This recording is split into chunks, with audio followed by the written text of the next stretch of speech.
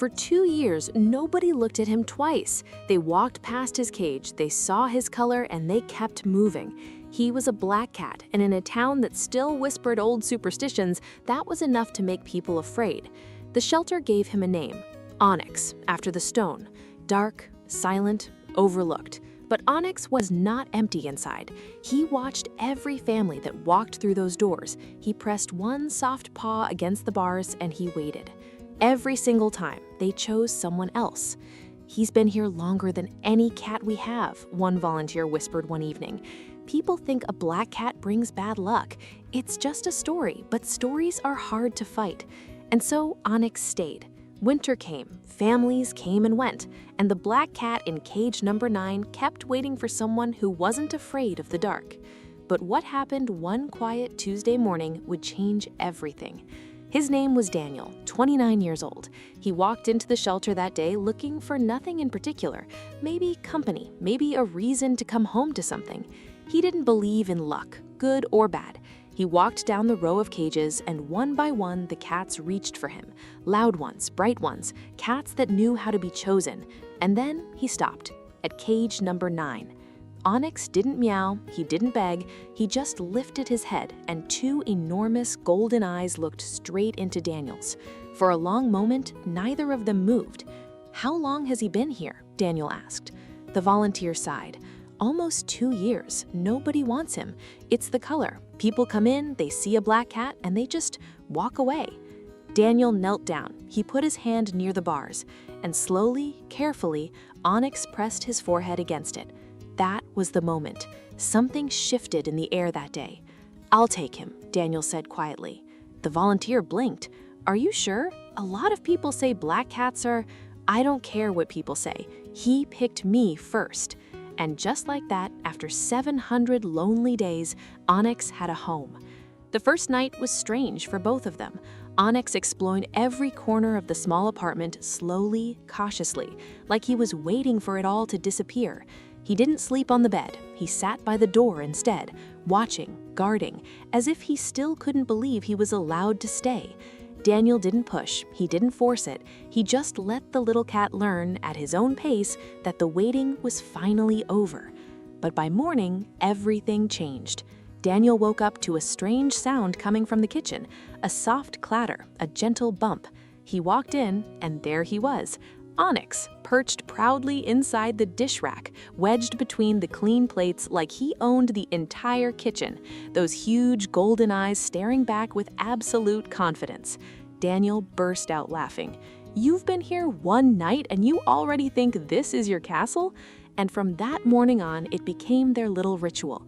Every single day, same time, same spot, Onyx would climb into the dish rack, settle between the plates, and wait for Daniel to wake up. Not for food, not for attention, just to be there, just to say good morning in the only way he knew how. If moments like these remind you why these stories matter, then you already understand what Onyx was really giving. Because here's the thing about a cat that waited 2 years to be loved. He never took a single morning for granted. Now, I have to stop for 1 second because I see you're still watching and you still haven't subscribed. Honestly, that breaks my heart a little. If Onyx's story means anything to you, just hit that subscribe button. It's free and it helps more forgotten cats get their moment. Now, let's get back to it, because the real reason I'm telling you this story hasn't happened yet. Weeks passed. Onyx changed. The cautious cat who slept by the door now stretched across Daniel's chest every night, purring like a small engine. The nervous eyes softened. The guarded heart opened. He wasn't unlucky, he was just unseen. But the superstitions didn't disappear that easily. One afternoon, Daniel's neighbor stopped by, an older woman named Margaret. She took one look at Onyx sitting in the window and stepped back. "You know what they say about black cats," she said, half joking, half not. "Bad omens, trouble follows them." Daniel just smiled. "He's the best thing that ever happened to me." Margaret shook her head and left. And that night, something happened that no one could have predicted.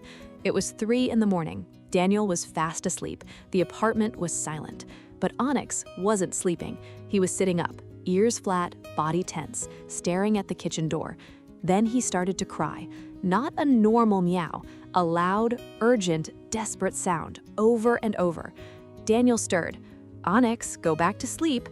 But the cat wouldn't stop. He jumped onto the bed, he pawed at Daniel's face, he pulled at the blanket with his claws, and then he ran to the kitchen and cried again. Something was wrong. Daniel could feel it now. He stumbled out of bed and followed the cat into the dark kitchen, and that's when he smelled it. Gas. A faint hiss. A stove knob bumped hours earlier, left barely open. The air was thick with it, invisible, silent, deadly. A few more hours in that sealed apartment, and Daniel might never have woken up at all. His hands shook as he shut off the valve and threw open every window. Cold air rushed in. He gasped, his heart pounded. And there, sitting calmly in the middle of the kitchen floor, was Onyx, watching him, golden eyes steady. He sank to his knees. He pulled the cat into his arms and held him so tight. "You saved me," he whispered over and over. He thought about it then. The 2 years in that cage, the families who walked away, the people who saw only a color, never a heart. If even one of them had chosen him, Onyx wouldn't have been here tonight, and Daniel would never have woken up.